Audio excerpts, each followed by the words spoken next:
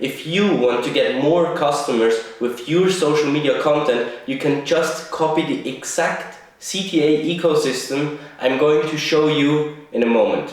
Why are CTAs so important? Because CTAs are the basis for how you can get your viewers, your audience to take the next step in your funnel. So, the CTA ecosystem.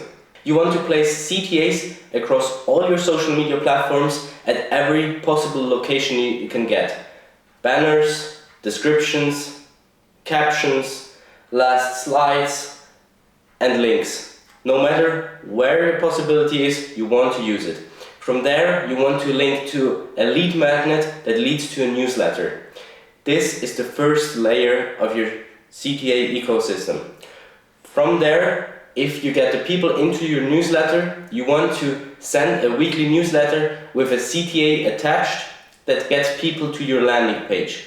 From your landing page, you want to get people through a CTA button to jump on a quick call with you if you need that for your sale.